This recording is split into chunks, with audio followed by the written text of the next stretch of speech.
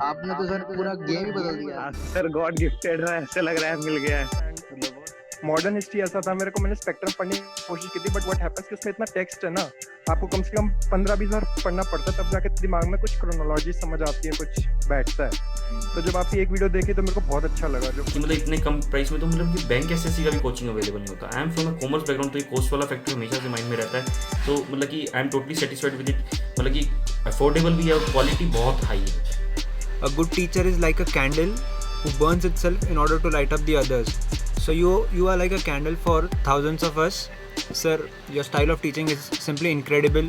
The quality is also incredible. जब मैंने coaching join की थी, शायद आपको बताया था मैंने, तो मैंने करते करते छोड़ दी थी, क्योंकि आपकी मैंने वीडियोस देखी वगैरह तो मुझे अच्छा लगा। आपने जो करा है, क्योंकि किसी ने भी स्पेस और उससे शुरू नहीं किया, सीधा सीधा उन्होंने जियोमॉर्फोलॉजी, हाँ जी ओशन में घुस जाओ, हाँ जी स्टोन में घुस जाओ। मैं कहा ये क्या कर रहे हैं, आपने तो सर पूरा गेम ही बदल दिया। और दूसरी बात, सबसे बड़ी बात, अच्छी बात आपकी ये है कि जैसे हम कोई पेपर वगैरह देखने जाते थे या कोचिंग सेंटर में जाते थे, वो कुछ पढ़ाते थे तो वो कहते थे कि आप पहले एनसीईआरटीज पढ़ो वगैरह पढ़ो। आपका जो सीधा स्टेट ऑफ एटीट्यूड है ना सर, कि जी मेरी वीडियो देख लो आप, आपका काम बन गया।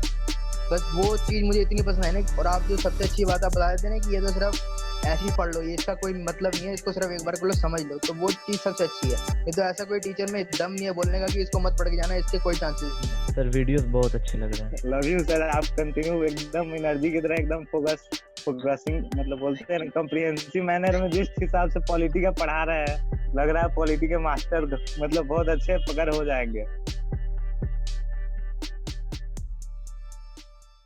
जय हिंद दोस्तों, स्वागत है आप सभी का इस वीडियो में। आज हम 15 जुलाई का जो एनालिसिस है वो देखने वाले हैं। काफ़ी इंटरेस्टिंग आर्टिकल्स है तो काफ़ी मज़ा आने वाला है। चलिए शुरू करते हैं। आप मुझे फेसबुक इंस्टाग्राम पर फॉलो कर सकते हो। पीडीएफ और वीडियो अपडेट्स के लिए आप मुझे टेलीग्राम पर फॉलो कर सकते हो। लिंक सभी के डिस्क्रिप्शन में दी हुई है।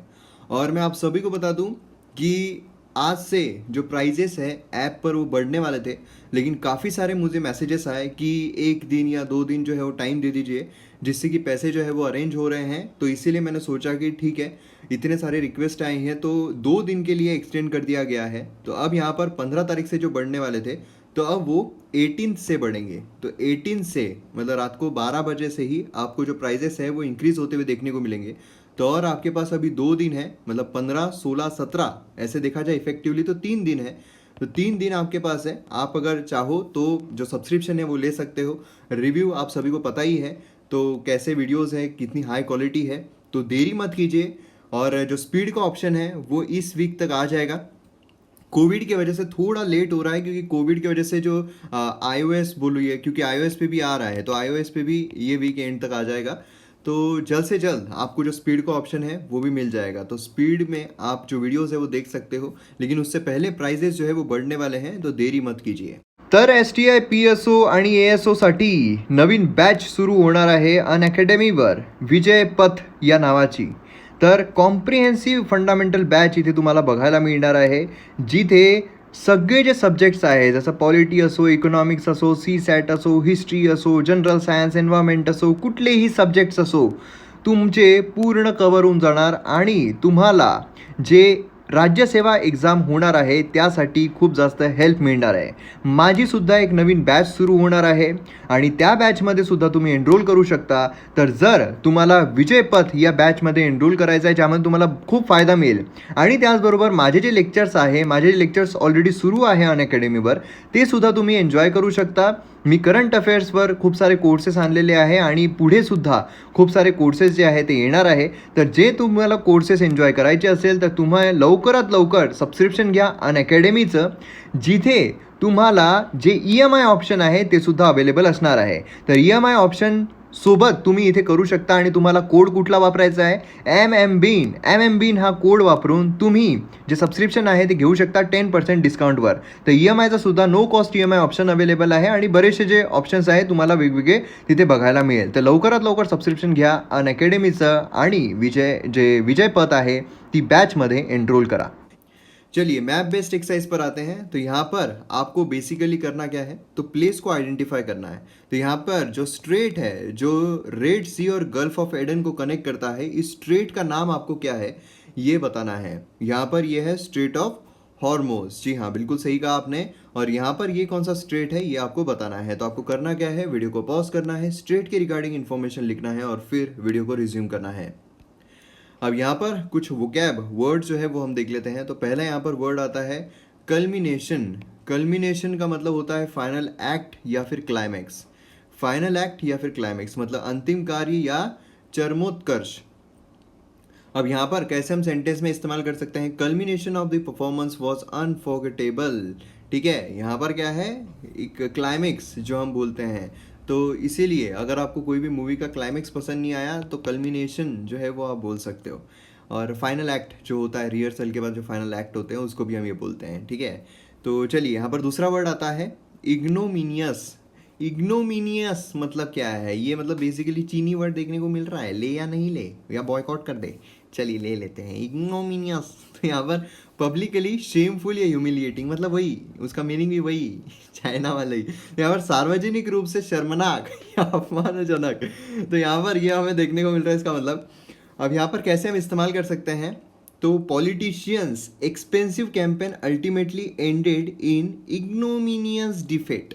यहाँ पर जो डिफीट है वो हो गई, तो इसे हम इस्तेमाल कर सकते हैं। तीसरा है यहाँ पर क्विर्क। क्विर्क का मतलब होता है स्ट्रेंज हैबिट, एक आधी कोई अजीब सी किसी की आदत हो। His biggest quirk in his love of old marbles. तो यहाँ पर ओल्ड मार्बल्स के लिए उसका प्यार है, मतलब एकदम स्ट्रेंज हैबिट है ना। और लास्ट यहाँ पर आता है उबिक्विटियस। उबिक्विटियस तो यहाँ पर बीइंग एवरीवेयर एट वंस, एक ही बार में आप सब जगह पर हो। तो यहाँ पर हर जगह एक ही बार में। सेलफोन आर यूबिक्विटियस दिस डेज, सभी जगहों पर है ना, ऐसा हम यहाँ पर बोल सकते हैं। तो अगर आप ऐसे ही बोलो कि एक ही जगह पर तो मैं हर जगह नहीं रह सकता ना, एक ही समय पर मैं हर जगह थोड़ी रह सकता हूँ, तो ये आप ये वर्ड इस्तेमाल कर सकते हो। तो इसीलिए मैं आपसे कहता हूँ कि अगर वोकैब को स्ट्रॉन्ग करना है तो आपको आपके डे टू डे लाइफ का इन वर्ड्स को हिस्सा बनाना पड़ेगा।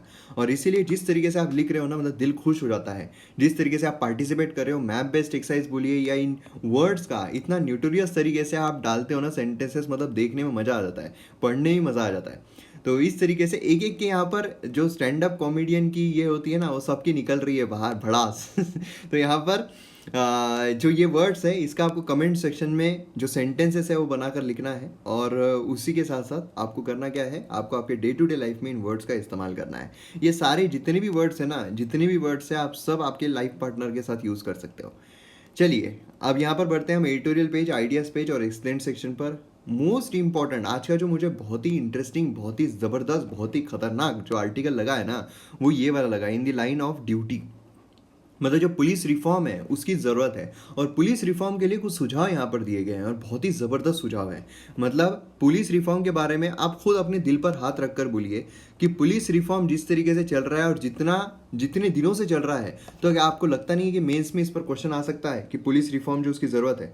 और दिल पर हाथ रख कर बोलिए कि जो भी यहाँ पर पुलिस रिफॉर्म से रिलेटेड चीज़ें आएगी, तो ये जो आर्टिकल जिसमें सोल्यूशन बताए गए हैं, जितने भी आर्टिकल्स हैं जिसमें सोल्यूशन बताए गए, क्या वो इंपॉर्टेंट नहीं रहेगा?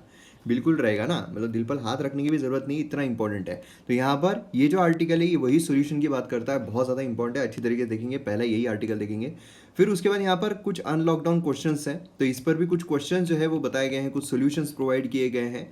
जो भी पॉइंट वाइज आर्टिकल होते हैं ना, वो ज़बरदस्ती होते हैं, बहुत अच्छे होते हैं। नेक्स्ट यहाँ पर स्किल इंडिया, आत्मनिर्भर भारत के बारे में हमारे जो वाइस प्रेसिडेंट है उनके द्वारा आर्टिकल लिखा गया है, काफ़ी इंपॉर्टेंट है। और यहाँ पर lessons from the Covid China, तो ये भी यहाँ पर आर्टिकल जो है इंपॉर्टेंट है। फिर यहाँ पर आता है इम्यूनिटी कैसे डेवलप होती है। हमारी जो इम्यूनिटी है डेवलप, हम सुनते आ रहे हैं कि भैया इम्यूनिटी चाहिए कोविड से फाइट करने के लिए, जिसकी इम्यूनिटी स्ट्रांग होगी उससे कुछ नहीं होगा, है ना। तो यहाँ पर इम्यूनिटी जो है वो कैसे स्ट्रांग हो सकती है, इसके बारे में बात की गई है। Language of railway station sign board, यहाँ पर साइन बोर्ड जो हमें रेलवे स्टेशन पर देखने को मिलते हैं उसकी लैंग्वेज क्या है, उसके बारे में आर्टिकल बात कर रहा है। उसी के साथ साथ यहाँ पर हमें कुछ न्यूज़ आर्टिकल्स भी देखने को मिलते हैं। यूएसए जो है रिजेक्ट करता है चाइना का सारा क्लेम साउथ चाइना सी की तरफ, तो इसे भी हम देखेंगे। इंडिया ईयू समिट के बारे में बात की गई है, कौन बनेगा इस सीरीज़ में, मैंने इस पर क्वेश्चन जो है वो लिया हुआ है। पीएमओ जो है वो नीति से मीट कर रहे हैं, नीति आयोग की बात हो रही है, ठीक है, नीति कोई, हाँ चलिए आगे बढ़ते हैं। तो यहाँ पर पहला जो आर्टिकल है, जैसा मैंने आपसे कहा था कि phenomena of high casualties among police personal, कितनी कैजुअलिटी हो रही है। अगर आप देखो रिसेंटली दो मेजर पुलिस रिलेटेड इंसिडेंट्स देखने को मिले हैं। पहला, 2 हरियाणा पुलिस कांस्टेबल जो है उनका मर्डर होते हुए हमें देखने को मिला, वो शहीद हुए।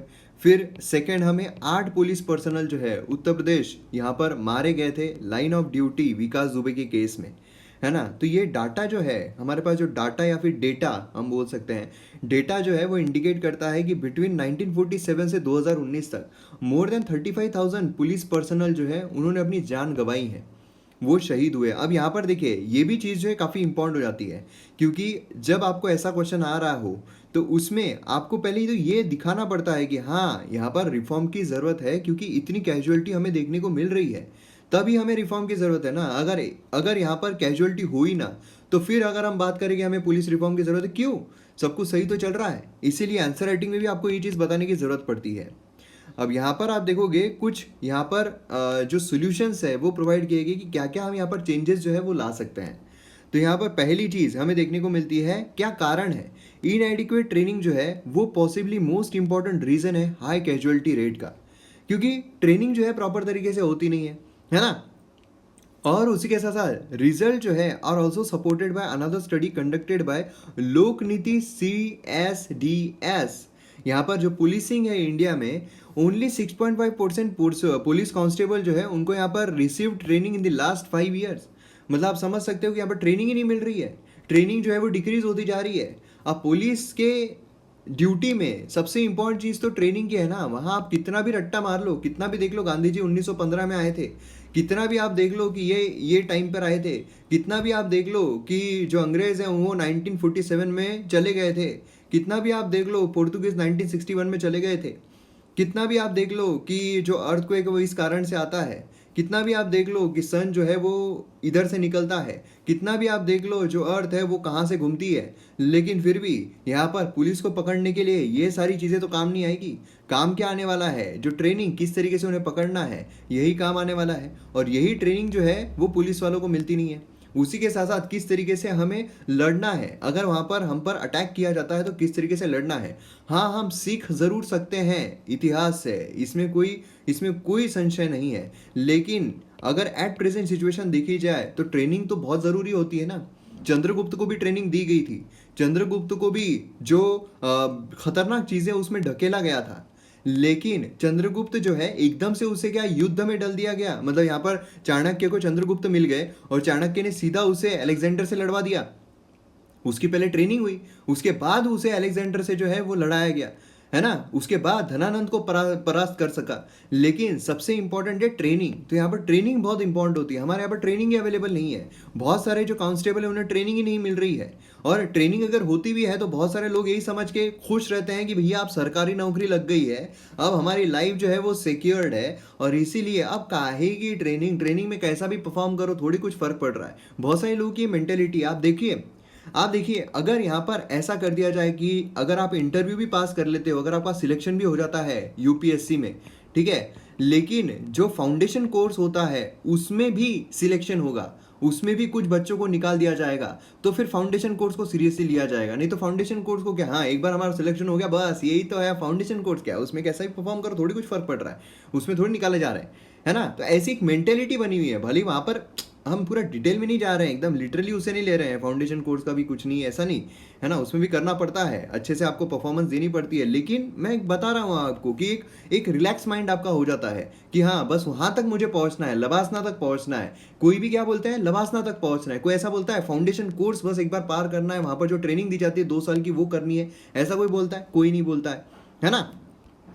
सेकेंड चीज़ जो हमें यहाँ पर देखने को मिलती है वो है फटीग। जो फटीग है पुलिस पर्सनल में, ये एक इंपॉर्टेंट रीज़न है। पुलिस पर्सनल अगर आप देखोगे on average remain on the duty for more than 13 to 14 hours. मतलब आप समझिए कि हर जगह पर जहाँ जो बाकी के लोग होते हैं वो घर पर चले जाते हैं, लेकिन जो पुलिस पर्सनल है वो फिर भी अपनी ड्यूटी करते रहते हैं। रात के 12 बजे हो, रात का 1 बजा हो, कितने भी बजे हो, लेकिन सोल्जर पुलिस ये कभी ऑफ ड्यूटी नहीं होते हैं। अब यहाँ पर फटीग जो है वो बट ऑब्वियस है कि आएगा ही, है ना।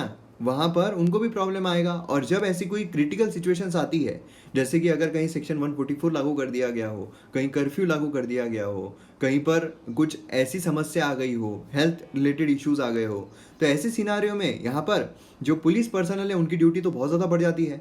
इसलिए फटीग जो है वो निगेटिवली एसोसिएटेड है with the reaction time, watchfulness, focus, situational awareness.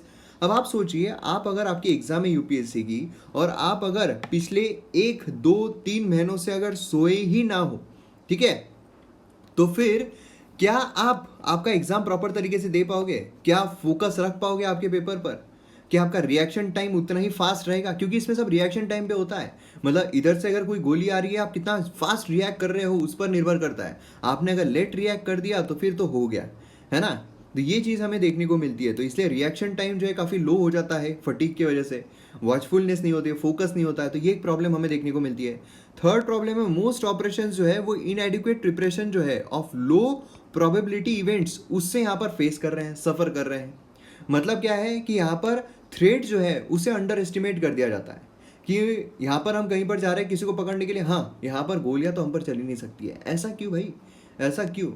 गोलियां बिल्कुल चल सकती है ना। तो यहाँ पर यूजुअली जो है वो टैक्टिक्स प्रॉपर तरीके से अपनाते नहीं है। मतलब क्या है कि सीधे चले गए बिना किसी प्लानिंग के, सीधे चले गए बिना किसी प्लॉटिंग के, है ना। तो वहाँ पर क्या होता है कि जो ऑपरेशंस होते हैं उसमें सही तरीके से आपको प्लानिंग के साथ जाना पड़ता है।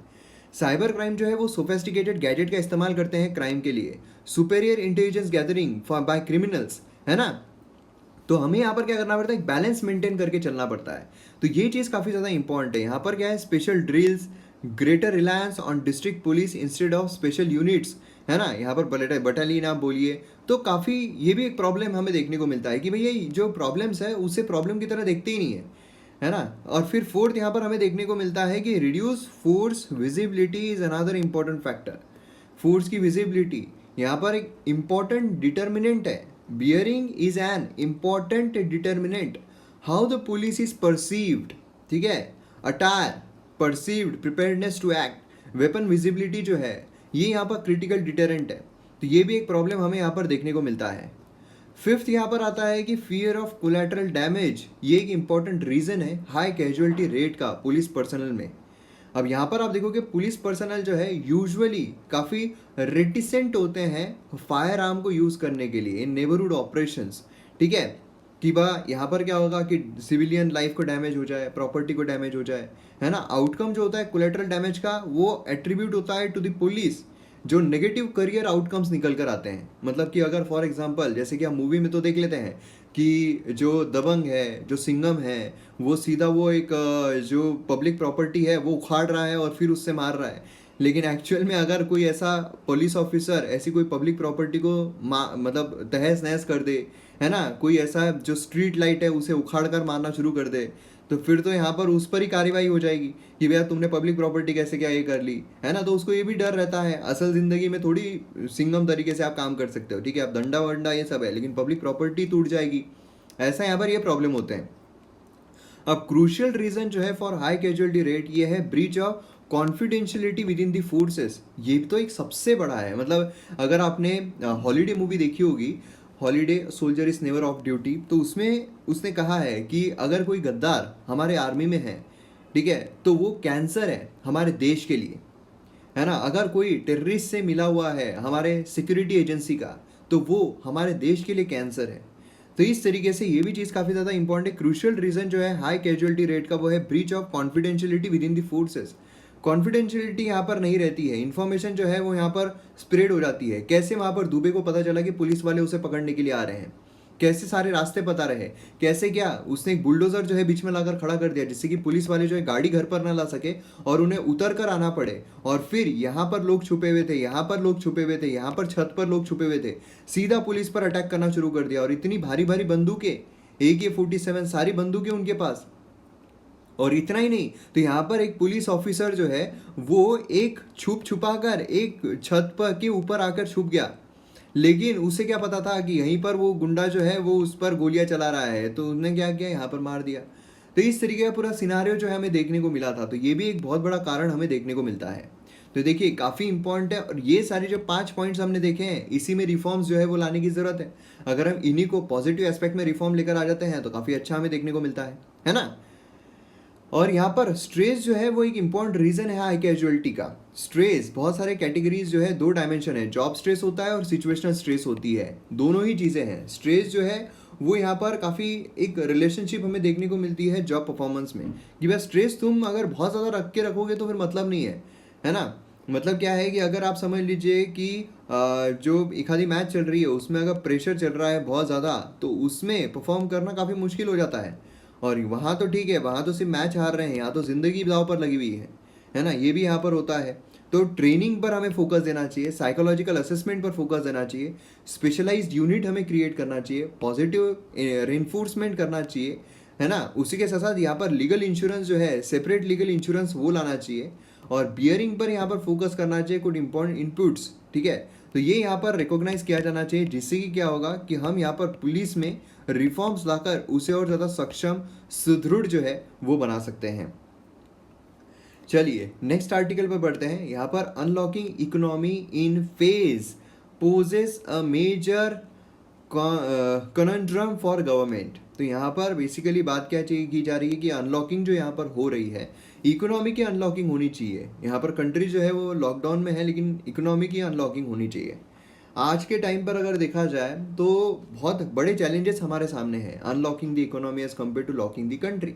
ये एक बहुत बड़ा चैलेंज हमारे सामने, क्योंकि इकोनॉमी जो है वो पूरी नीचे जा रही है, गिरती जा रही है। तो ऐसे सिनेरियो में यहाँ पर बहुत ज़रूरी है कि हमें किस तरीके से उसे यहाँ पर काउंटर करना है।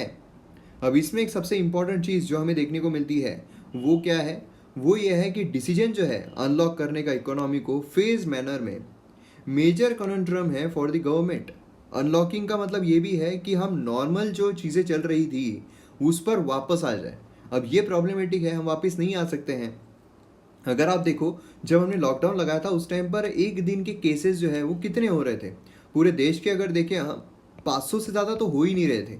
जब लॉकडाउन लगाया गया था एक दिन में 500 550 इतने केसेस हमें देखने को मिल रहे थे।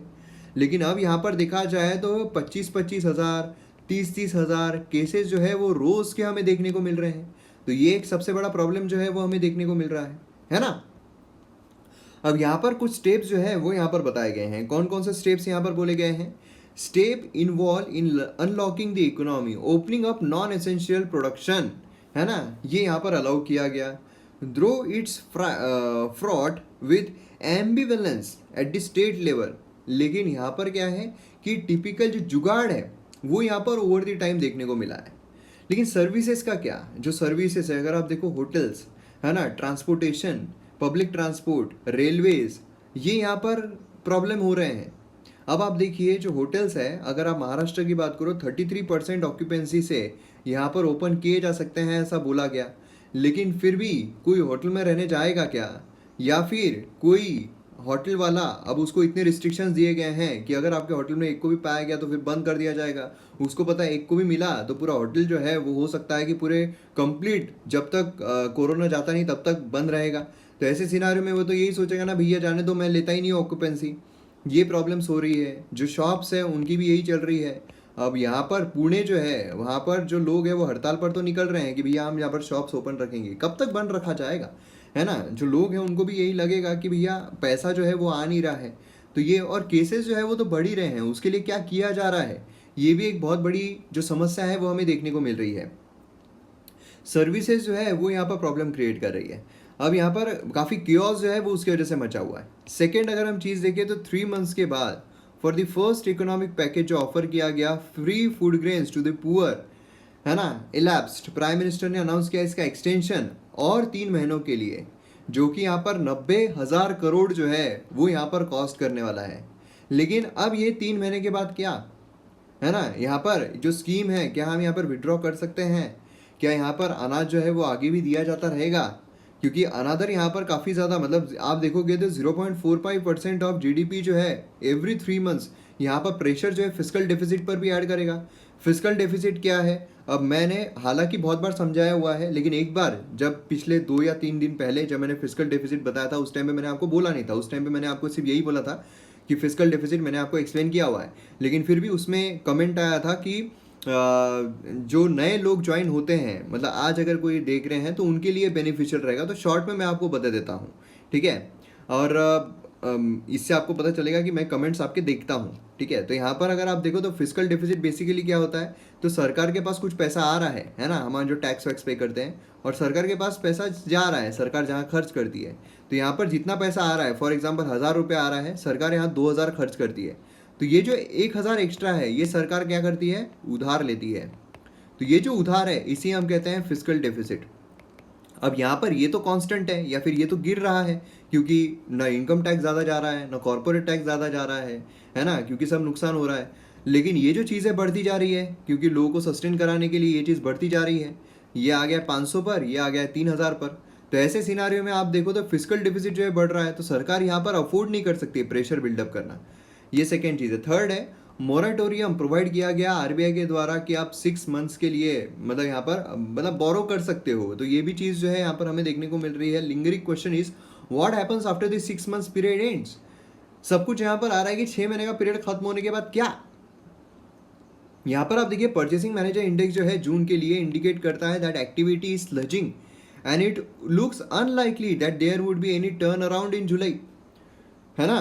तो ये भी चीज़ हमें यहाँ पर देखने मिल रही है। कोई जॉब नहीं है, कोई यहाँ पर मतलब कुछ भी नहीं हो रहा है, कम सैलरीज होती जा रही है ना लोगों की। और दूसरा आप देखो तो प्रॉब्लम ही प्रॉब्लम चल रहा है।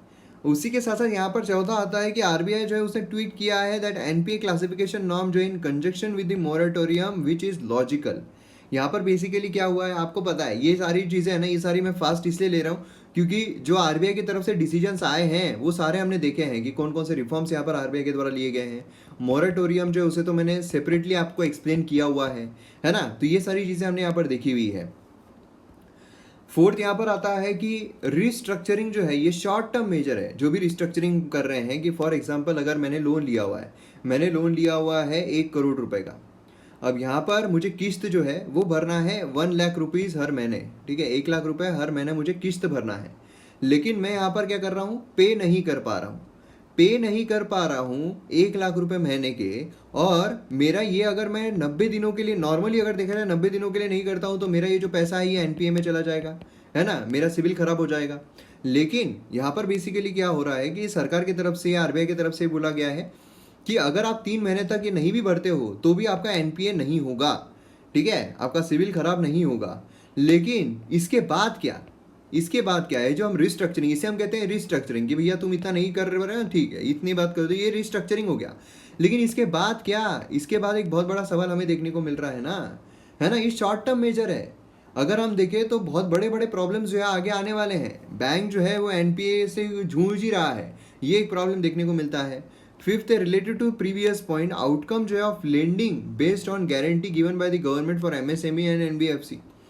ये यूजफुल स्टेप्स है जो फाइनेंस मिनिस्टर के द्वारा अनाउंस किए गए। मतलब क्या है, अगर मेरी कोई एमएसएमई है, ठीक है, मतलब कोई कंपनी है, और अगर मुझे कोई पैसा चाहिए, ठीक है, तो यहाँ पर मुझे कोलैटरल रखने की ज़रूरत नहीं है। तो क्या होता है, गिरवी कुछ तो भी रखना होता है कि भाई ये मेरे पास गिरवी है और ये मैं रख रहा हूँ। लेकिन अभी यहाँ पर ऐसा है कि मुझे गिरवी रखने की ज़रूरत नहीं है, और इसका गारंटी कौन लेगा, गवर्नमेंट लेगी, सरकार लेगी। लेकिन इसमें भी 2 लोगों को यहाँ पर एलिमिनेट किया गया। एक तो वो जिन पर ऑलरेडी एनपीए है, और दूसरे वो जो नए हैं, पहली बार मांग रहे हैं। तो आप सोचिए, मतलब पहली बार वाले को ज़्यादा ज़रूरत पड़ेगी ना, जो ऑलरेडी सब कुछ अच्छे से पे कर रहा था उसका तो सब अच्छे चल ही रहा है, तो उसको क्या, मतलब ये ऐसी बात हो जाती है। तो यहाँ पर कुछ यूजफुल स्टेप्स तो लिए गए हैं, लेकिन फिर भी यहाँ पर इसके बाद क्या होगा ये देखना यहाँ पर बहुत ज़्यादा ज़रूरी हो जाता है। 6 यहाँ पर है कि कर्ज on the all central bank this year shall be provision on liquidity of this system. Liquidity का एक बहुत बड़ा प्रॉब्लम है, आप सभी को पता है। लिक्विडिटी क्रंच जो है उससे यहाँ पर बहुत सारे लोग जो है, बहुत सारे बैंक्स, बहुत सारे एनबीएफसीज यहाँ पर जूझ रहे हैं। तो ये भी यहाँ पर इंपॉर्टेंट एक चीज़ हमें देखने को मिलती है। सेंट्रल बैंक जो है वेस्ट में उन्होंने ऑप्ट किया है for quantitative easing different forms में, ठीक है। यहाँ पर आप देखोगे आरबीआई जो है उन्होंने अपना long term repo operations use किए हैं और कुछ फैसिलिटीज़ प्रोवाइड की है नाबार्ड को, सेबी को, ये चीज़ें हमें देखने को मिलती है। अब यहाँ पर आप देखोगे तो आगे के टाइम के लिए क्या सब कुछ यही हो रहा है कि यहाँ पर फ्यूचर जो है काफ़ी एक्सपेंसिव रहने वाला है। तो क्या सरकार उस चीज़ के लिए तैयार है, ये यहाँ पर हमें देखने को मिल रहे हैं। नेक्स्ट यहाँ पर हमें देखने को मिलता है lessons from Covid China. Indian ambassador China उन्होंने पॉइंट आउट किया है कि while the volume of trade ये यहाँ पर ग्रोइंग, नो डाउट ग्रो तो हो रहा है वॉल्यूम ऑफ ट्रेड। अगर आप देखोगे तो यहाँ पर देखिए सबसे इंपॉर्टेंट आता है top importers to India and top export destinations for India. तो यहाँ पर आप देख सकते हो कितनी इंपॉर्टेंट यहाँ पर चीज़ है। तो टॉप इम्पोर्टर्स टू इंडिया कौन कौन सी इम्पोर्टर्स है, तो यहाँ आप देख सकते हो चाइना जो है 17.6%, यूएसए जो है 7.60%, यूएई 6.4%, सऊदी अरेबिया 5.70, इराक जो है वो 5%, है ना। और बाकी अगर आप देखो 57.70% पे सब आते हैं। वही अगर आप टॉप एक्सपोर्ट डेस्टिनेशन देखते हैं इंडिया से जो एक्सपोर्ट किया जा रहा है, तो यहाँ पर आप देख सकते हो यूएसए है 16.9%, मतलब देखिए पूरा रिवर्स है ना। हम सबसे ज़्यादा चाइना से ले रहे हैं, सबसे ज़्यादा यूएसए को भेज रहे हैं, और इसीलिए तो हमारे यूएसए के साथ ट्रेड डेफिसिट है या सरप्लस है। यहाँ पर ट्रेड से रिलेटेड क्या होता है, दो चीज़ें हमें देखने को मिलती है, एक होता है सरप्लस और दूसरा होता है डेफिसिट। सरप्लस कब होता है, जब हमारा एक्सपोर्ट जो है वो ज़्यादा होता है एज़ कम्पेयर टू इम्पोर्ट, और डेफिसिट कब होता है, जब हमारा इम्पोर्ट ज़्यादा होता है एज़ कम्पेयर टू एक्सपोर्ट। तो ऐसे सिनारियो में हमारा यूएसए अगर देखोगे तो वहाँ पर हमारा सरप्लस है, हमारा एक्सपोर्ट ज़्यादा है उसको, है ना। एक्सपोर्ट देखिए कितना है 16.9, और ये देखिए इम्पोर्ट कितना है, सॉरी ये तो हाँ यूएसए का ही है। अब यहाँ पर आप डेफिसिट देखो चाइना के साथ बट ऑब्वियस देखने को मिल रहा है 17% है, और यहाँ पर आप देखिए कितना हम दे रहे हैं, है ना। तो इससे हम अंदाज़ा लगा सकते हैं कि यहाँ पर ट्रेड डेफिसिट और सरप्लस हमारा कौन कौन सी कंट्रीज़ के साथ है। तो ये चीज़ हमें यहाँ पर देखने को मिलती है। चाइना का एक्सपोर्ट जो है इंडिया को मेनली टाइम इंडियाज़ एक्सपोर्ट। अब यहाँ पर आप देखोगे तो जो चीज़ें हैं वो ऐसी चल रही है कि भैया बॉयकॉट कर दो, ये कर दो, वो कर दो, है ना। ट्रेड पॉलिसीज़ जो है वो भी यहाँ पर शिफ्ट हो रही है। अब यहाँ पर आप देख सकते हो जो इंपोर्ट हम सबसे ज़्यादा करते हैं चाइना से, तो इलेक्ट्रिकल मशीनरी आप सभी को पता है, nuclear reactor, organic chemicals, plastic, fertilisers, यहाँ पर articles, medicinal equipments, auto, iron and other chemical products. तो ये सब हम यहाँ पर जो चाइना है उससे इंपोर्ट करते हैं। ट्रेड पॉलिसी जो है वो यहाँ पर लिंक की जानी चाहिए with the foreign policy, no doubt, ठीक है। फॉरेन पॉलिसी जैसी रहेगी, मतलब फॉरेन पॉलिसी अगर कोई कंट्री हम पर दबाव लगाने की कोशिश कर रहा है तो उसके साथ वैसे ही हमारी ट्रेड पॉलिसी रहनी चाहिए। अगर वो हमारे साथ झगड़े कर रहा है, मतलब दोनों मिक्स हो गया, लड़ाई और झगड़ा दोनों मिक्स हो गया, आधा आधा हो गया, तो यहाँ पर अगर लड़ाई कर रहा है, झगड़े कर रहा है, तो बट ऑब्वियस है उसके साथ हम ट्रेड जो है वो कम कर देना चाहिए, और जिसके साथ हमारे रिलेशन अच्छे उसके साथ ट्रेड जो है वो बढ़ा देना चाहिए, है ना। लेकिन फॉरेन पॉलिसी जो है वो लिंक रहना चाहिए विद इंडस्ट्रियल पॉलिसी टू, ऐसा यहाँ पर बोला जा रहा है।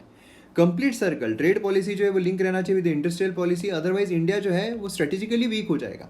ओहो, मोस्ट इंडियन सिटीजन जो है उनके पास स्किल नहीं है for the modern industries yet, अभी तक हमारे पास स्किल जो है वो मिली नहीं है, और उसी के साथ साथ जो इनकम है उसको लूज़ करना वो अफोर्ड भी नहीं कर सकते हैं, खासकर ऐसे समय पर जहाँ पर वो इतने प्रॉब्लम से जूझ रहे हैं। नई स्किल जो है वो सीखने की ज़रूरत पड़ रही है।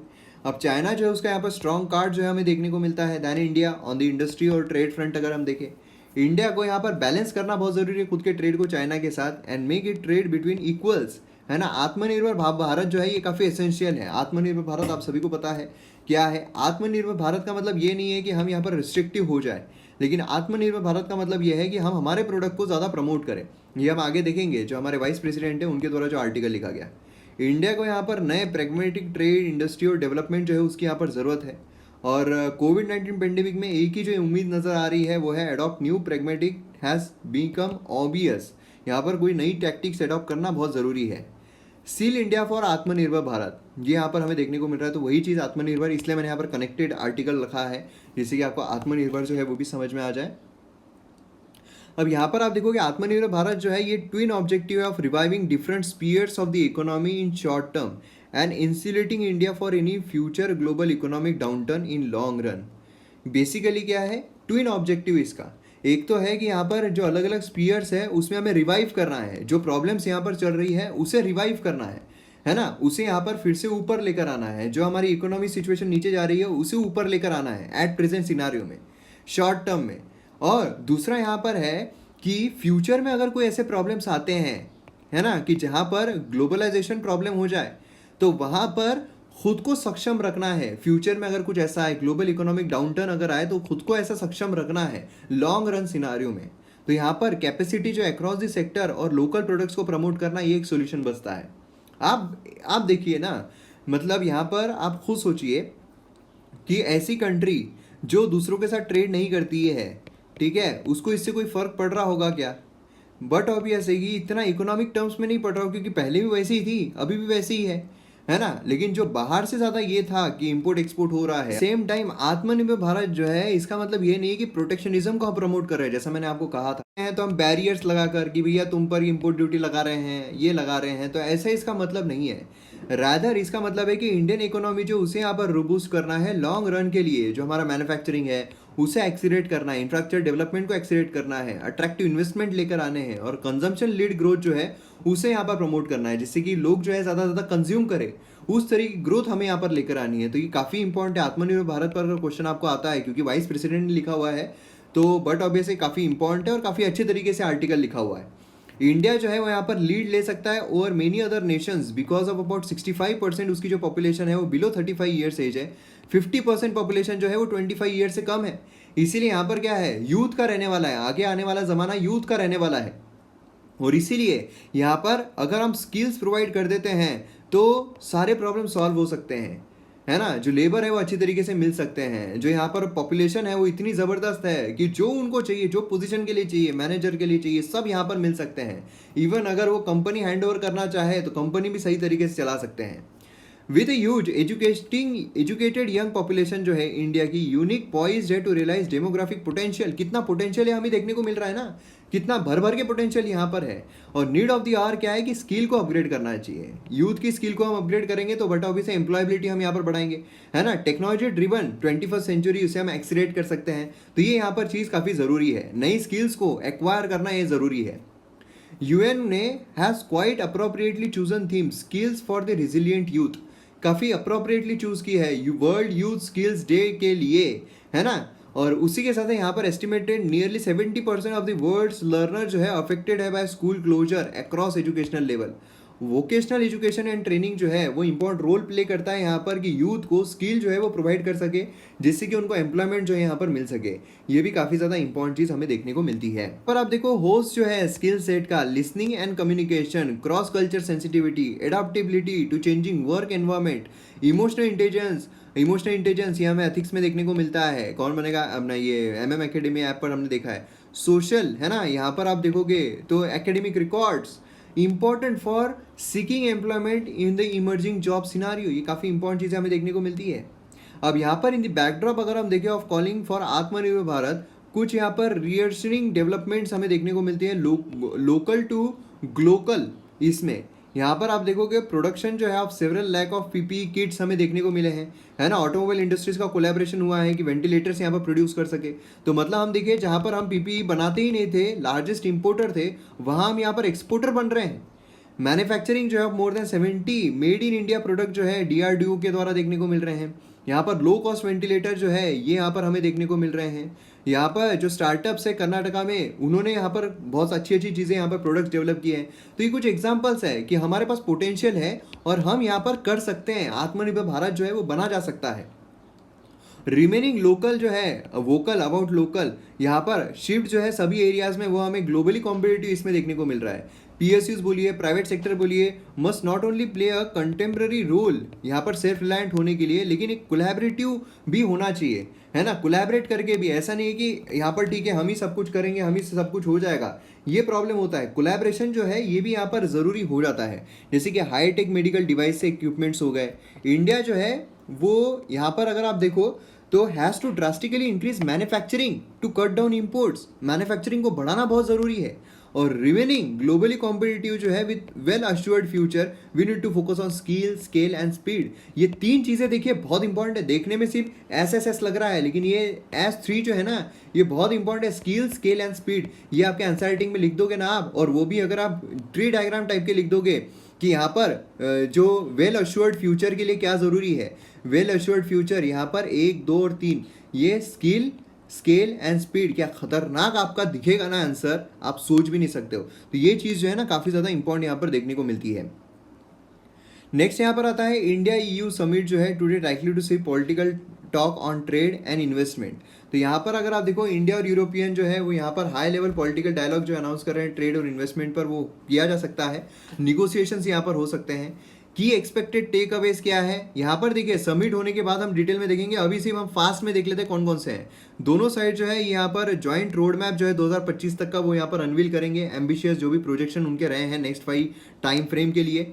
उसी के साथ साथ यहाँ पर नया मैरीटाइम सिक्योरिटी डायलॉग जो है वो भी अनाउंस किया जाएगा कि जो ओशन है उससे रिलेटेड जो डेवलपमेंट हो सकती है, उससे रिलेटेड जो स्किल्स कैपेसिटी यहाँ पर जो हो सकती है, जो प्राइवेसी हो सकती है, वो सब यहाँ पर किया जाएगा।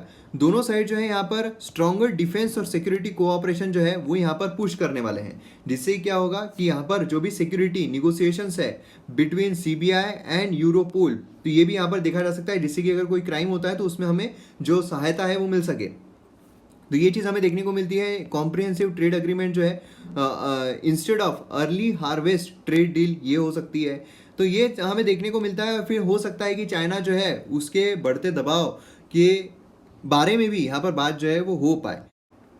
चलिए नेक्स्ट चीज़ पर बढ़ते हैं। यहाँ पर बोला जा रहा है कि इम्यूनिटी जो है उसे किस तरीके से डेवलप किया जा सकता है। अब यहाँ पर फाइंडिंग क्या बोली जा रही है, इम्यूनिटी बेसिकली क्या होती है कि अगर कोई भी डिसीज़, कोई भी वायरस, कोई भी चीज़ अगर हमारे शरीर में आने की कोशिश करे तो फिर हमारे शरीर में एंटीबॉडीज़ जो है वो तैनात रहते हैं और एंटीबॉडीज जो उसे मार भगा देते हैं। जैसे कि हमारे देश में अगर कोई टेररिस्ट घुसने की कोशिश करे तो हमारे सोल्जर्स उसे मार भगा देते हैं, तो ये हमारे पर्सनल सोल्जर जो है उस तरीके से हम इन्हें देख सकते हैं। तो ये जो एंटीबॉडीज़ है ये जितने स्ट्रांग रहेंगे उतनी हमारी बॉडी जो है वो इम्यून रहेगी, और अगर हमारे शरीर में एंटीबॉडीज़ ना हो तो हमारे शरीर में जो इम्यूनिटी है वो लो होती है। और अगर यहाँ पर कोविड जो है वो अगर हो जाता है और अगर उससे फाइट करने के जो सोल्जर्स है फट फट तैयार होकर उसे फट फट मार देते हैं, तो फिर फट फट हम तैयार हो जाएंगे, फट फट हम अच्छे हो जाएंगे और फट फट हमारी इम्यूनिटी जो है वो अच्छी रहेगी। तो इस तरीके से हमें देखने को मिलता है। यहाँ पर फाइंडिंग बेसिकली क्या बोली जा रही है, तो रिसर्चर जो है उन्होंने एनालाइज किया है कि इम्यून रिस्पॉन्स जो of 19 recovered Covid patient and health care workers suggest किया है कि इम्यूनिटी जो है डेवलप की जाती है by the formation of antibodies, है ना। एंटीबॉडीज जैसा मैंने अभी आपको कहा कि एंटीबॉडीज जो है वो क्रिएट होते हैं, और वैक्सीन के थ्रू जो इम्यूनिटी दी जाती है उसमें भी क्या होता है, वैक्सीन ये अलग अलग प्रकार के होते हैं, लेकिन एकदम सिंपल भाषा में मैं आपको बताता हूँ कि वैक्सीन में अब देखिए अलग अलग टाइप के होते हैं, अलग अलग चीज़ें होती है, लेकिन एक टाइप की अगर वैक्सीन में आपको बताऊं तो उसमें ऐसा होता है कि जो वायरस है उसे ही इस्तेमाल करके हमारे शरीर में डाला जाता है, लेकिन वो वायरस ऐसा होता है कि हमारे शरीर को हानि नहीं पहुंचाएगा।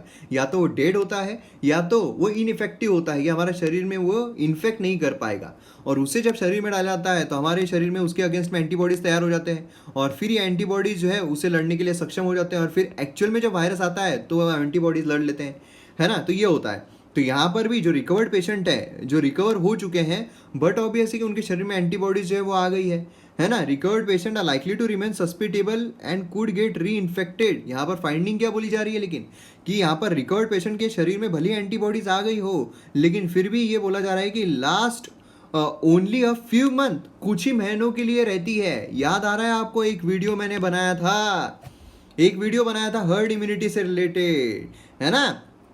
तो वहाँ पर मैंने आपको बोला था कि इसके रिगार्डिंग हमें नहीं पता है कि कितनी इम्यूनिटी रहेगी। आज हम हर्ड इम्यूनिटी के पीछे अगर जाते भी है तो हर्ड इम्यूनिटी से रिलेटेड हम सोच रहे हैं कि चलो हो जाने देते हैं, फिर उसके बाद सब रिकवर हो जाएंगे। लेकिन अगर यहाँ पर मुझे वायरस होता है, कोरोना वायरस होता है, तो मैं अगर 2 महीने हो जाते हैं उसके बाद फिर अगर मैं सस्पिटेबल हो जाऊँ कि अगर मुझे फिर से यहाँ पर हो जाए, तो फिर क्या यही प्रोसेस जो है साइकिल चलती रहेगी।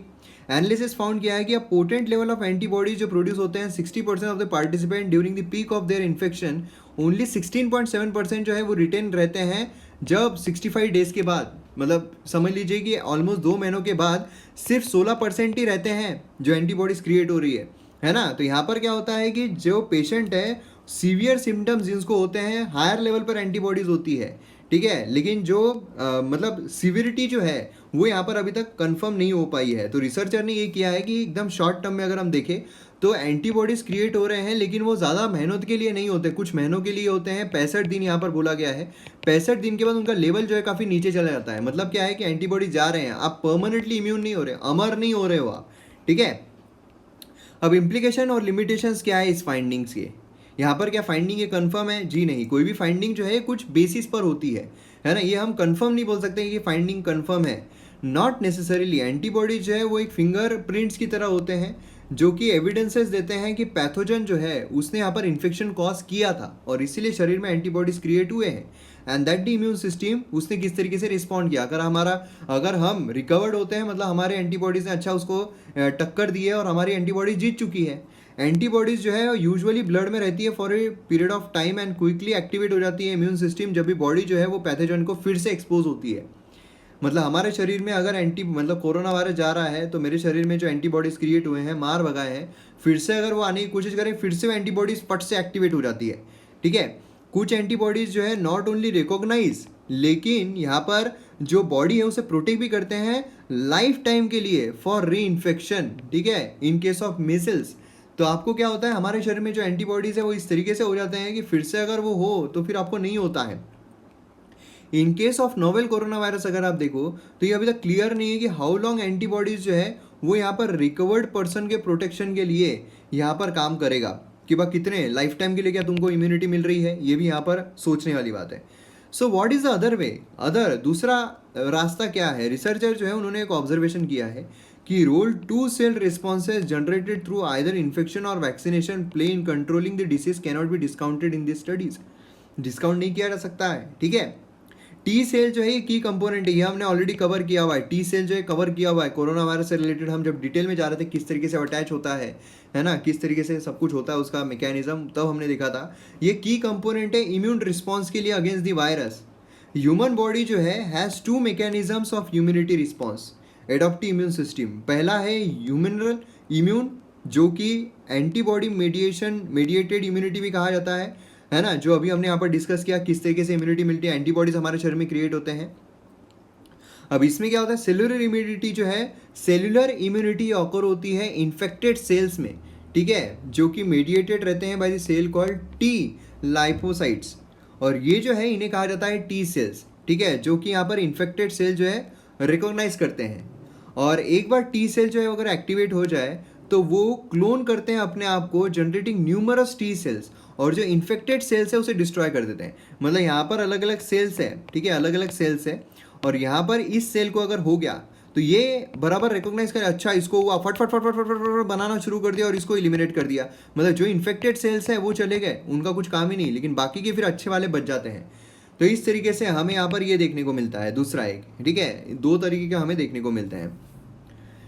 अब यहाँ पर हमें देखने को मिलता है कि एविडेंस क्या है। So for sale mediated immune response जो है उसके रिगार्डिंग, तो एम्स डॉक्टर जो है राजदीप गुलेराई, तो उन्होंने यहाँ पर बोला है कि जो डेटा इमर्ज हो रहा है ऑन द इम्यून रिस्पॉन्स वो बता रहा है कि जो सेल मेडिएटेड इम्यूनिटी है वो is also activated in some cases. कुछ केसेस में ये भी एक्टिवेट हुई है, कुछ प्रोटेक्शन दे रही है through T cell in the blood. तो ये भी हमें यहाँ पर देखने को मिल रहा है। 2 तरीके की इम्यूनिटी होती है। ठीक है, अभी तक हमने एक ही तरीके की इम्यूनिटी देखी थी। अब तक हमने जो न्यूज़पेपर एनालिसिस किया एक ही तरीके की इम्यूनिटी देखी थी, वो थी एंटीबॉडीज़ की, है ना। लेकिन यहाँ पर ये टी सेल की इम्यूनिटी जो है ये हमने इससे पहले देखी नहीं है या डिस्कस नहीं की है, तो ये एक अलग है। मतलब क्या है, सेल जो है ये टी सेल ये क्या करते हैं, ये जो इन्फेक्टेड है उसे निकाल देते हैं और खुद को रेप्लिकेट करते हैं, अच्छे सेल जो है वो यहाँ पर आ जाते हैं, है ना। देखिए बॉडी, मतलब मुझे एक बात बताइए यार, आप ये सब कुछ हो रहा है, इतनी परफेक्ट बॉडी है, कोई भी इंसान ऐसे कैसे बोल सकता है कि आई एम नॉट परफेक्ट। मतलब जो पचन क्रिया है हम नहीं कर रहे हैं, अपने आप हो रहा है, कितने सारे केमिकल्स हो रहे हैं, हमको खुद को बचाने के लिए सिर दर्द होता है, वो भी बॉडी रिकवर हो रही है इसलिए सिर दर्द होता है, हमें कुछ पेन हो रहा है, बॉडी रिकवर हो रही है इसलिए पेन हो रहा है। तो आप सोचिए कि ये जो चीज़ है ये कितनी खतरनाक है ना। T cell response first, what is the contribution of T cell to initiate virus control, है ना। ये एक चीज़ हमें यहाँ पर देखने को मिलती है, और उसी के साथ साथ रिसर्चर जो है उन्होंने यह सारी चीज़ें लिखी है। लेकिन इंपॉर्टेंट टी सेल, और अगर आपको ऐसा बोला जाए एंटीबॉडीज जो है ये इकलौती ओनली इम्यूनिटी है तो ये गलत रहेगा। तो आइए हम यहाँ पर जानने की कोशिश करते हैं कि जो इंडियन रेलवेज है वो स्टेशंस का नामांकन किस तरीके से करती है। हमें अलग अलग स्टेशंस के जो अलग अलग नाम देखने को मिलते हैं वो नाम कैसे पड़े हैं, कैसे नाम दिए जाते हैं, या फिर जो लैंग्वेजेस इस्तेमाल होती है वो कैसे डिसाइड की जाती है। तो ये हमारे लिए जानना बहुत ज़रूरी है, काफ़ी इंटरेस्टिंग क्वेश्चन है। अब देखिए जो रेलवे स्टेशंस हैं उनके जो नाम दिए जाते हैं, जो नामांकन किया जाता है, वो एक सेट ऑफ कोड्स और मैनुअल जो है उस पर डिपेंडेंट होता है, जो इवॉल्व हुआ है ओवर द सेंचुरी। और इवन जो कलर होता है, जो शेप होता है, जो साइज होते हैं, है ना, जो नाम लिखे हुए होते हैं, तो उससे भी यहाँ पर प्रिस्क्राइब किया जाता है। अब ये सब कुछ कैसे होता है, तो सबसे पहला सवाल तो यही आता है कि जो चेंज ऑफ नेम है फॉर्मलाइज किस तरीके से किया जाता है। अब देखिए, भले ही यहाँ पर इंडियन रेलवेज जो है वो स्टेशन को ओन करती है, लेकिन जो नेमिंग है उसके बिजनेस में नहीं पड़ती है। ये जो स्टेट गवर्नमेंट है उनके ऊपर छोड़ा दिया जाता है कि भैया स्टेट गवर्नमेंट जो भी होगी वो डिसाइड करेगी क्या नाम रखना है क्या नहीं रखना है। ठीक है, मतलब केंद्र में जो रेलवे है वो ओन कर रही है, लेकिन नामांकन जो है वो राज्य सरकार जो है वो कर रही है। जैसे घर पे होता है ना कि जो पेरेंट्स है वो बुआ को, जो बच्चा है उसकी बुआ को या फिर मासी को, उनको बोल देते हैं कि चलो नाम जो है वो रख लो, है ना। तो इस तरीके से हमें ये चीज़ देखने को मिलती है। अब स्टेट गवर्नमेंट जो है उनको जब नाम चेंज करना होता है किसी भी सिटी का, तो साइन बोर्ड्स जिसमें रेलवे स्टेशन भी इंक्लूडेड है तो वहाँ सब कुछ चेंज करना होता है ना। और उसी के साथ साथ उनको मिनिस्ट्री ऑफ होम अफेयर्स को भी लिखना होता है, जो कि नोडल मिनिस्ट्री है ऐसे मैटर्स के लिए, कि भाई हमने नाम चेंज किया है, हम यहाँ पर नाम चेंज करना चाह रहे हैं, इस स्टेशन का नाम बदल कर ये होने वाला है, ये हो सकता है वो, ये सारी चीज़ें यहाँ पर जो मिनिस्ट्री ऑफ होम अफेयर्स है उनको देना पड़ता है, मतलब मोटा भाई के पास सबमिट करना पड़ेगा। अब यहाँ पर लैंग्वेजेस जो है जो डिस्प्ले की जाती है साइन बोर्ड पर वो कैसे डिसाइड होती है, तो ये जो एस्पेक्ट है वो गवर्न किया जाता है what is known as Indian railways work manual. जो इंडियन रेलवे वर्क मैनुअल है ना, ये 260 ऑड पेजेस डॉक्यूमेंट है जो कोडिफाई करता है सब कुछ related to civil engineering, construction work. Traditionally station name जो है वो रिटर्न होते हैं only in Hindi and English, दो इसमें होते हैं। Over the time third language में भी इंस्ट्रक्शन दिए गए हैं जो कि लोकल लैंग्वेज होगी। आपने देखा होगा ना कि जो स्टेट में है लोकल लैंग्वेज में भी यहाँ पर दिया जाता है। नेक्स्ट यहाँ पर हमें देखने को मिलता है यूएसए जो है उसे यहाँ पर रिजेक्ट कर दिया nearly all Chinese claims South China Sea पर। आपको पता है साउथ चाइना सी क्या है, यहाँ पर आपको साउथ चाइना सी जो है दिखाई दे रहा है। अब यहाँ पर 9 डैश लाइन है और चाइना जो है पूरा क्लेम करता है कि ये पूरा एरिया हमारा है। अब यहाँ पर जितने भी क्लेम्स है, यहाँ पर पार्सल आइलैंड बोलिए, स्पार्टली आइलैंड बोलिए, और यहाँ पर क्यों क्लेम करते हैं, यहाँ पर बहुत सारे रिसोर्सेज देखने को मिलते हैं, तो रिसोर्सेज पर क्लेम करता है यूएसए। तो यहाँ पर ट्रम्प एडमिनिस्ट्रेशन जो उसने सब कुछ क्लेम यहाँ पर ये कर दिया कि भैया सब कुछ बेकार है, ये चाइना कुछ भी बोलता रहता है, हाँ इस पर कोई भरोसा मत करो। तो बेसिकली ये मैप के लिए मैंने लिया है कि आपको मैप के थ्रू यहाँ पर पता चल जाए कहाँ पर साउथ चाइना सी है। 9 डैश लाइन, आपको सीधा क्वेश्चन आ सकता है कि 9 डैश लाइन रिसेंटली काफ़ी न्यूज़ में चल रहे हैं तो किससे रिलेटेड है, तो सीधे ऐसे क्वेश्चन जो है आपको पूछे जा सकते हैं। ठीक है, अब यहाँ पर आप देखोगे अमेरिका का स्टैंड है with over south eastern Asian allies and partners की सोवरेनिटी राइट जो है ऑफशोर रिसोर्सेज को प्रोटेक्ट किए जा सके। नॉर्मली अगर आप देखोगे तो पूरे 9 डैश लाइन पर क्या क्लेम किया जा सकता है, नहीं। अगर आप देखोगे एक्सक्लूसिव इकोनॉमिक जोन तो 200 नॉटिकल माइल्स तक, लेकिन यहाँ पर अगर आप देखो तो पूरा वो सभी क्लेम कर रहा है। तो इनका क्लेम कहाँ गया, इनका क्लेम कहाँ गया, इसका क्लेम कहाँ गया, फिलीपींस का क्लेम कहाँ गया, वो क्लेम नहीं, भैया हमारा है, सब कुछ हमारा है ना, राम नाम जपना पराया माल अपना, इस तरह की चीज़ें ये कर रहा है। तो यहाँ पर यूएसए जो है वो यहाँ पर ये नहीं होने देना चाहता है और इसीलिए ये चीज़ यूएसए ने सीधे तरीके से अपोज की है। यूएसए ने announcement came a day after the 4th anniversary of binding decision by the arbitration panel in favour of Philippines, जो कि यहाँ पर चाइना का मेरीटाइम क्लेम जो है वो रिजेक्ट करता है सीधे तरीके से around this partly island and neighbouring riffs और शोल्स के। तो ये एक चीज़ काफ़ी इंपॉर्टेंट है। तो यूएसए और चाइना की यहाँ पर जो एक हम बोल सकते हैं लड़ाई है वो जारी है। चाइना ने यहाँ पर रिकॉग्निशन जो है वो रिफ्यूज़ कर दिया है कि यहाँ पर डिसीजन जो है हम रिकॉग्नाइज करेंगे, है ना, जो कि यहाँ पर शाम डिसमिस करता है as a sham and refuse to participate in the arbitration proceedings. यहाँ पर उसने वो बोल रहा है भैया आर्बिट्रेशन में पढ़ूँ ही क्यों मैं, जबकि हमारा है, तो फिर काहे का आर्बिट्रेशन, काहे का क्या। एडमिनिस्ट्रेशन ने बोला है कि चाइना जो उसका कोई वैलिड मेरीटाइम क्लेम जो है वो नहीं होता है to the fish and potentially energy rich. यहाँ पर देखिए क्यों यहाँ पर वो क्लेम कर रहा है, बट ऑब्वियसली कोई ना कोई अब कोई मतलब ऐसा कोई फालतू कोई कचरा वचरा पड़ा उस पर कोई क्लेम करेगा क्या, नहीं, जहाँ सोना पड़ा वहीं क्लेम करेगा ना, है ना। तो यहाँ पर यूएसए जो है उसने रिपीटेडली बोला है कि ये जो पार्ट है ये फिलीपींस का है, to be a part of the Philippines are covered by US Philippines mutual defence treaty, है ना, और उस पर अटैक जो है वो भी किया जा सकता है in the event of attack on them. तो ये यहाँ पर ये होगा भैया हम यहाँ पर चिढ़ जाएंगे, ऐसा यहाँ पर यूएसए के द्वारा बोला गया है। यूएसए जो है वो is not a party of UN law of the sea treaty. ठीक है, ये एक इंपॉर्टेंट चीज़ यहाँ पर देखने को मिलती है प्रीलिम्स पर्सपेक्टिव से। USA is not a part of UN law of sea treaty. ये हमने देखा हुआ है, जब ये आया था उस टाइम पे हमने इसके रिगार्डिंग जो स्टैटिक ये देखा, इसलिए मैं बोलता हूँ एक भी वीडियो आप मिस मत कीजिए, जो कि यहाँ पर मैकेनिज्म सेट करते हैं for the resolution of dispute. ठीक है, ये भी एक चीज़ इंपॉर्टेंट है। उसी के साथ चाइना का जो क्लेम है almost of all the south China Sea and routinely objects to any action by the US military in the region. 5 other government जो है all parts of the sea claim करते हैं through approximately 5 trillion in goods and shipped every years. तो यहाँ पर आप देखोगे तो हमें जो स्ट्रेट ऑफ मलाक्का है, यहाँ पर स्ट्रेट ऑफ मलाक्का ये देखने को मिलता है, यहाँ से बहुत सारे जो शिप है वो भी गुजरते हैं, तो ये भी एक चीज़ काफ़ी ज़्यादा इंपॉर्टेंट यहाँ पर हमें देखने को मिलती है। अब UN law of the sea treaty अगर हम देखिए, United Nation convention on the law of sea treaty, UNCLOS जो है इसे law of the sea convention कहा जाता है या फिर law of the sea treaty भी कहा जाता है। इंटरनेशनल अग्रीमेंट है जो कि रिजल्टेड है from the 3rd UN conference on the law of the sea, जो कि 1973-1982 में देखने को मिली। Law of the sea maritime zone को 5 मेन जोन में डिवाइड करती है, ठीक है। इंटरनल वाटर मतलब यहाँ पर क्या होगा, इंटरनल वाटर मतलब जो भी देश के अंदर का पानी है वो उसी का रहेगा।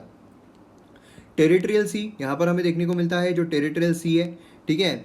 उसी के साथ साथ यहाँ पर continuous zone, exclusive economic zone और हाई सी, तो इस तरीके से ये सब हाई सी हो गया, यहाँ पर हो गया exclusive economic zone 200 nautical miles, territorial सी यहाँ पर आपको देखने को मिलेगा। तो ये चीज़ें जो है ये यहाँ तक जो इकोनॉमिक टर्म्स में 200 नॉटिकल माइल्स तक क्लेम कर सकता है कोई भी देश, ठीक है। तो ये चीज़ यहाँ पर इम्पॉर्टेंट है। और ये जो पिक्चर है ये भी काफ़ी इंपॉर्टेंट है, सीधा आपको इस पर क्वेश्चन आ सकता है, तो ये आप ध्यान में रखिएगा, ठीक है। जियोग्राफी में हम ये कवर करेंगे ही, लेकिन फिर भी ये ध्यान में रखिए। नेक्स्ट आ रहा है पीएमओ जो है वो नीति से मीट हो रहे हैं और वहाँ पर वो ये कर रहे हैं कि भैया नॉन टैक्स रेवेन्यू जो है उसे बूस्टअप कैसे किया जा सकता है। तो यहाँ पर देखिए टैक्स रेवेन्यूज़ जो है, नॉन टैक्स और टैक्स, आपको ये पता रहना चाहिए। हमने ये हमारा जो बजट का लेक्चर है उसमें मैंने कवर किया है, तो बजट का लेक्चर आप देख लीजिए, दोनों में डिफ्रेंशिएट अगर आपको करना है। टैक्स में हमें बहुत सारे देखने का डायरेक्ट टैक्स होता है, इनडायरेक्ट टैक्स होता है ना, नॉन टैक्स इसमें भी बहुत सारी रिसिट्स होती है। तो यहाँ पर आप देखोगे जो टैक्स रेवेन्यूज़ है वो काफ़ी एस्टिमेट से काफ़ी बिलो है, बट ऑब्वियस है कि यहाँ पर लोग कुछ खरीद ही नहीं कर रहे हैं, तो जीएसटी पे करेंगे क्या? नहीं। लोगों को जॉब से निकाला जा रहा है, सैलरीज कट की जा रही है, तो इनकम टैक्स भी जाएगा क्या? नहीं जाएगा, है ना। ऑफर ऑफ सेल रूट जो है वो यहाँ पर फास्टेस्ट वे देखा जा रहा है to raise the fund by cutting the government stake at least in those companies जिनका वैल्यूएशन जो है आर सपोर्टिंग, ऐसा बोला जा रहा है। तो यहाँ पर क्या है, ऑफर फॉर सेल रूट ये यहाँ पर लिया जा रहा है। ठीक है, डायरेक्ट टैक्सेस जैसे मैंने बोला डिक्लाइन हो रहे हैं बाय अबाउट 30%। अगर आप देखो उसी के साथ जीएसटी जो है वो 41% से कॉन्ट्रैक्ट हो रहे हैं। और गवर्नमेंट अगर आप देखो तो पैकेज पे पैकेज जो है वो अनाउंस यहाँ पर कर रही है। और इसी के चलते क्या हो रहा है, जो कंपेंसेशन राज्य सरकारों को दिया जाना था जीएसटी की वजह से, तो वो भी यहाँ पर पे नहीं किया जाता। तो राज्य सरकारों के पास भी पैसा नहीं आ रहा है, वो भी यहाँ पर पे नहीं कर पा रहे हैं। सबसे इंपॉर्टेंट आता है जो स्टैटिक पोर्शन से रिलेटेड नीति आयोग, ठीक है। यहाँ पर parent agency ministry of planning, तो ये आप देख सकते हो नीति आयोग जो है ये यहाँ पर एक थिंक टैंक है, तो ये काफ़ी इंपॉर्टेंट चीज़ है। और यहाँ पर कंपोजिशन आप देखोगे, चेयरपर्सन जो है प्राइम मिनिस्टर ऑफ इंडिया होते हैं, गवर्निंग काउंसिल इसमें चीफ मिनिस्टर होते हैं of the all state, lieutenant governor होते हैं और यूनियन टेरिटरीज, उसी के साथ साथ रीजनल काउंसिल। और यहाँ पर जो स्पेशल इन्वाइटीज़ है वो भी होते हैं जो प्राइम मिनिस्टर के द्वारा इन्वाइट किए जाते हैं, ठीक है। अब यहाँ पर फुल टाइम ऑर्गेनाइजेशन फ्रेमवर्क इसमें कंप्राइज होगा in addition to prime minister as a chairperson, vice chairperson, members, full time, part time members, ex officio members और चीफ एग्जीक्यूटिव ऑफिसर। अब देखिए सबसे इंपॉर्टेंट यहाँ पर चीज़ आती है प्लानिंग कमीशन नीति आयोग जो है उसमें डिफरेंस। तो ये काफ़ी इंपॉर्टेंट चीज़ है जो मैंने इंक्लूड की है। देखिए तभी वीडियो का मज़ा आएगा। यहाँ पर सिर्फ न्यूज़ पढ़ने में, न्यूज़पेपर पढ़ने में, और यहाँ पर आपको यही तो फ़ायदा मिलता है ना कि न्यूज़पेपर आप पढ़ते हो टोटल 2 घंटे आपको लगते हैं, लेकिन यहाँ पर 45 मिनट्स के अंदर अंदर या 50 मिनट के अंदर अंदर आपको यहाँ पर एक्स्ट्रा इन्फॉर्मेशन के साथ सारी चीज़ें मिलती है जो एग्जाम में आपको काफ़ी फ़ायदा पहुँचाए। तो ये काफ़ी इंपॉर्टेंट है प्लानिंग कमीशन, उसके पास पावर थी क्योंकि अब तो बचा नहीं है प्लानिंग कमीशन। और सबसे इंपॉर्टेंट है 3 तरीके की बॉडीज़ होती है, एक होती है कॉन्स्टिट्यूशनल बॉडी, स्टैट्यूटरी बॉडी और नाइदर कॉन्स्टिट्यूशन नॉट स्टैट्यूटरी। तो कॉन्स्टिट्यूशन मतलब आर्टिकल के थ्रू जिक्र किया होता है, स्टैट्यूटरी मतलब एक्ट के थ्रू बनाई होती है, ये एग्जीक्यूटिव रिजोल्यूशन के थ्रू। तो नीति आयोग जो है neither constitutional not statutory body है, प्लानिंग कमीशन भी वही थी। उसके पास पावर थी कि फंड एलोकेट कर सके मिनिस्टर को, स्टेट को। एसेंशियली ये थिंक टैंक है, ठीक है, एडवाइजरी बॉडी है। उसी के साथ साथ यहाँ पर टॉप टू डाउन अप्रोच था, इसका बॉटम अप अप्रोच है, ठीक है। कोई भी रीजनल काउंसिल का प्रोविजन नहीं था, प्रोविजनल है रीजनल काउंसिल के लिए। प्लानिंग कमीशन सेंट्रल प्लान्स के लिए फॉर्म की गई थी, ये will not formulate them any more. तो ये भी एक चीज़ काफ़ी इंपॉर्टेंट है। तो डिफरेंशिएट आपको आ सकता है, पॉलिटी में हम ये देख ही लेंगे वैसे भी, ठीक है। रोल जो है प्लानिंग कमीशन का ये लिमिटेड था, यहाँ पर अगर आप देखोगे तो काफ़ी वाइड पर्सपेक्टिव ग्रेटर रोल हमें देखने को मिलता है। तो अब यहाँ पर हम मैप बेस्ड इस पर आते हैं। तो जो जवाब है जो मैंने स्टेट का पूछा था वो है बाब एल मंडब, ठीक है। बाब एल मंडब ये स्टेट है, तो ये काफ़ी इंपॉर्टेंट है। कई बार हमने मैप के थ्रू इसे देखा हुआ है, तो एक बार फिर से मैप के थ्रू देख लेते हैं। तो ये हमारी खूबसूरत धरती जूम करते हुए भारत देखने को मिलता है, और वहाँ स्ट्रेट तक पहुँचने के लिए हमें यहीं आना पड़ेगा। तो ये वो स्ट्रेट है बाब एल मंडब स्ट्रेट। तो यहाँ पर आप देख सकते हो ये है बाब एल मंडप स्ट्रेट, जो किसको कनेक्ट करता है, ये कनेक्ट कर सकता है। यहाँ आपको रेड सी दिखाई देगा, यहाँ आपको गल्फ ऑफ एडन दिखाई देगा, यहाँ जिबूटी है ना, और यहाँ पर येमन आपको देखने को मिलेगा। तो ये वाला जो स्ट्रेट है ये है बाब एल मंडप स्ट्रेट, यहाँ पर आप देख सकते हो। तो ये हमारे वीडियो का एंड। वीडियो अगर आपको पसंद आता है तो आप शेयर ज़रूर कीजिए। मिलते हैं अगले वीडियो में। जय हिंद।